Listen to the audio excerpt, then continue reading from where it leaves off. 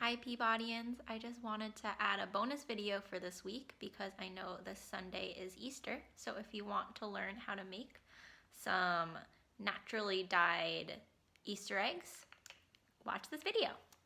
For egg dyeing, you're going to need some water, about a cup of water per cup of dye you're gonna make. You're of course going to need some eggs, a tablespoon measure, a cup measure, some white vinegar, and then things you're going to use to dye with. You can also optionally have some old pantyhose or tights and any leaves that you might want to make a print. So I'm going to use this sour grass that was growing in my backyard to try and make a print onto the egg, but we'll see about that in some steps later on.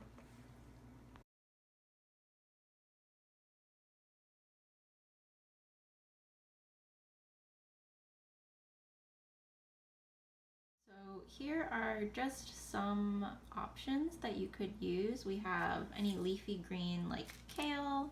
You could use the skin part of a red or a yellow onion. You could use red cabbage, or you could use a beet. And then I'm also gonna try some turmeric, which is a spice that lots of people have. Today, because I'm not making a billion eggs, we're gonna save these for later and just focus on these three today. For every cup of water that you use, that makes about a cup of dye. You're going to want to use a cup of the vegetable that you're using, or for the turmeric, it's 2 tablespoons. And I'm gonna do a little video magic to chop all this stuff up to make it easier to fit into a pot. Here are our chopped veggies. And you're probably gonna want an adult to help you chop it up, unless you're a super expert at knife skills. It was about half of the red cabbage, about half of the beet, and then here's the turmeric here. Now my question to you is, I want you to make a prediction. What color do you think that each of these is going to dye the eggs? Now we're gonna start making our dye. You just pour in the cup of water. Here's a tablespoon of vinegar. And then you're going to start boiling it. Okay, here the beets are going in. And we're just gonna give it a little stir to make sure that they're all covered. Put a lid on, and then you're gonna boil it for about 15 to 30 minutes until you start to see that the water turns the color of the beets. My 15-minute timer just went off, and so I turned off the heat on the stove, and we can take a look at our dyes now. You can see that it dripped a little bit while it was boiling. That's why I'm wearing this smock, but you can also wear anything that you don't mind getting dirty. And whoa, you can see it's steamy, and the water is this really great red color. I did have to turn down the heat because I noticed a lot of liquid was boiling off, so it started, you might want to put it on a lower heat so it cooks slower, but I think those 15 minutes are good. And now I'm just gonna wait for this to cool so that I can pick it up. And then I'm either going to use this strainer here to strain it into a jar, or you can just use like a plate and put it across the top, and then all of the beets will stay inside. So here I have the strainer resting on the jar that we're going to put the dye in, and I'm just going to try this one-handed pour. Try and get, oh dear, as much of the dye in as possible. Little one down. That's okay. Here we have our beet dye. It's not a bad amount. And there's our beets. I just wanted to say why this is better than using food coloring. Is actually The beets are really good. I might add some salt if I'm gonna eat them, but then you don't waste food.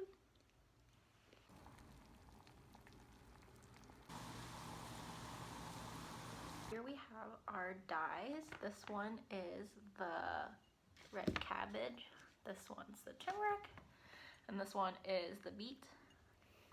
I have my eggs over here, and again, you can either have them be hollowed out or you can have them hard boiled.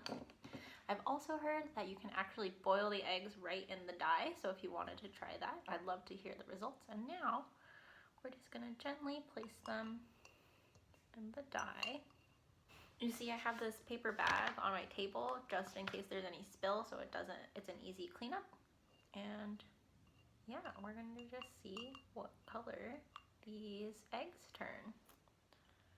Again, wow, they're already starting to pick up a lot of color, but we're gonna leave them for at least 30 minutes.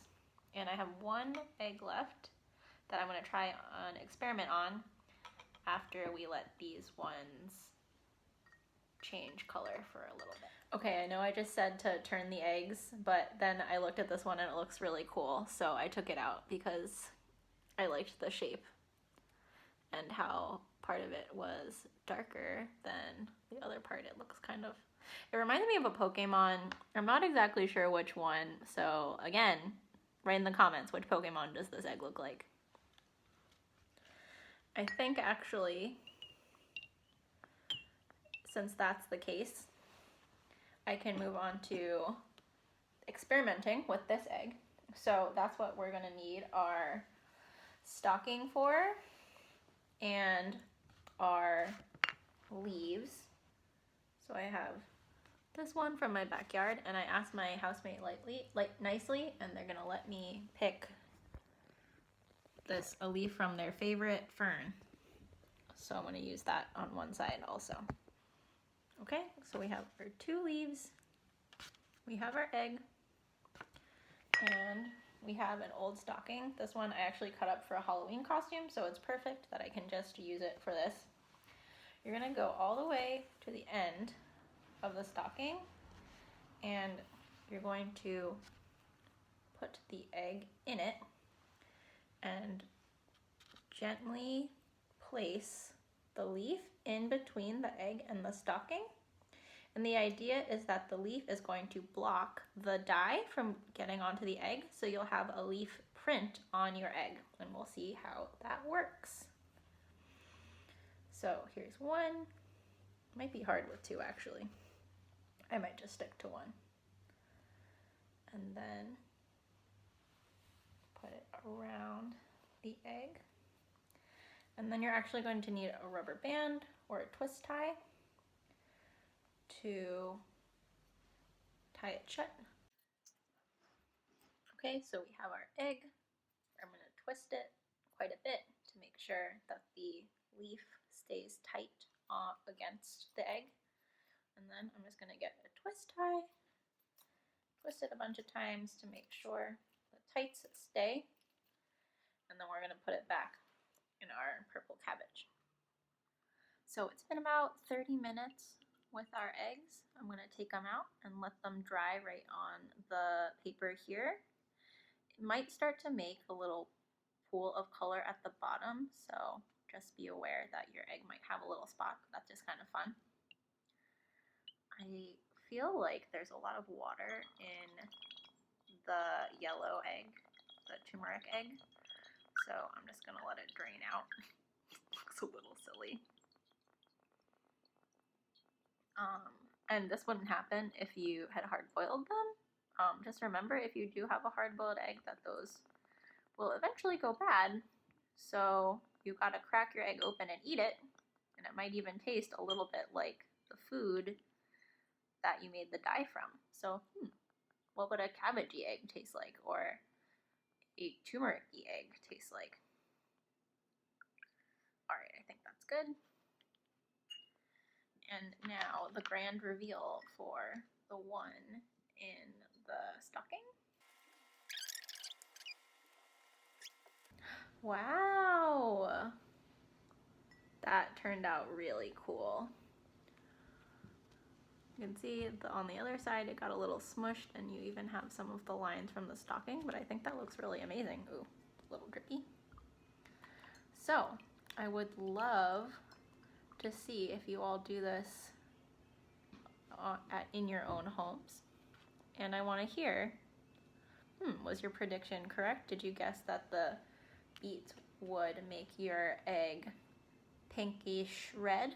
The turmeric would make your egg yellow, and the red cabbage would make it blue? I thought that it would make it purple, honestly. So this was a bit of a surprise for me, but I love it. All right. I hope you enjoyed this activity, and please comment any questions you might have, or any of your predictions. I'm also gonna try with this brown egg and this green egg that I got from the Clement Street Farmers Market, and see if those change what the colors look like. It's up to you. There's lots of room for experimenting, and I hope you have fun with this activity.